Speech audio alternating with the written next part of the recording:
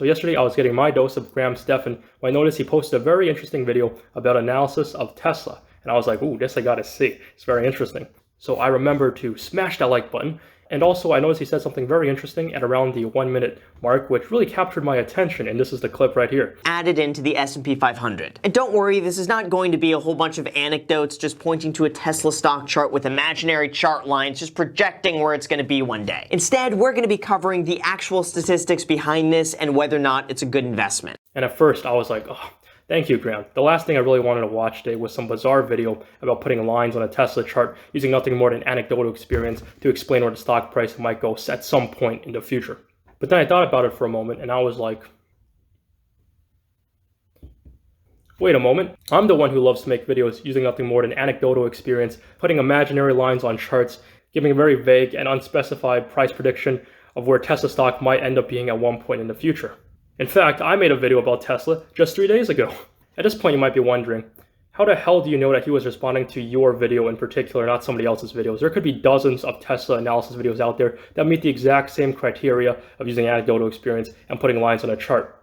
Hell, you only have 300 subscribers. Why would somebody with 2 million subscribers, $6 million spend their time watching a nobody like you? And believe me, at first I was the one who was most skeptical. I was thinking, no way, no, Tony, you're making things up. You're being too full of yourself. Why the hell would Graham Stephan spend like 12 minutes of his life watching a low quality video such as your own on YouTube, especially when you have 300 subscribers? So then I decided to compare what Graham said and my video I made on Friday. And, I put some clips in it together to compare and contrast what he said with what I posted. And this is the comparison I made. And don't worry, this is not going to be a whole bunch of anecdotes above the gap, but traditionally, from anecdotal experience, companies that, have huge gaps in between, like when it gaps up. Just pointing to a Tesla stock chart with imaginary chart lines. Just specifically on February the 4th and February the 5th, where we pulled back very, very strong because we were pretty much in a bubble at that point, and we do pull back from bubbles. Projecting where it's going to be one day. Hundreds in sight, 1700s, very likely possibility, 1800 even possible. But at some point, I would imagine you'll see what happened over here.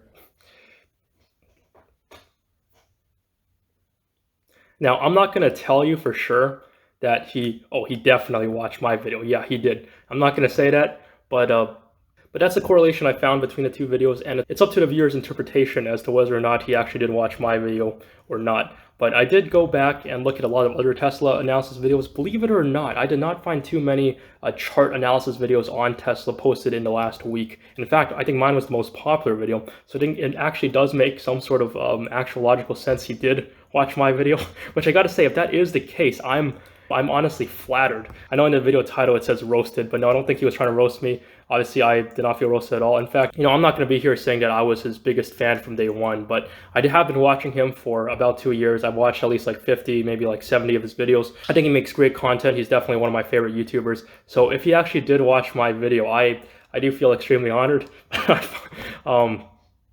Again, I don't know for sure, but I like to think that he did. If he didn't, well, I guess I made this video for no reason. But if he did, I feel very, very flattered.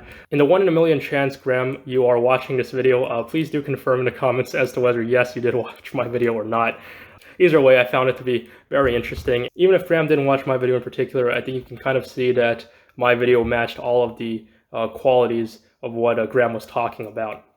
I know Graham is a self-proclaimed YouTube addict, but if he actually did spend his time, with his, he's a famous guy, he's a rich guy, he's a celebrity, really. If he actually did spend his time watching my 12-minute video with poor production quality, terrible audio quality, talking about nothing more than lines on a chart, man, I respect the hell out of you for that, Graham.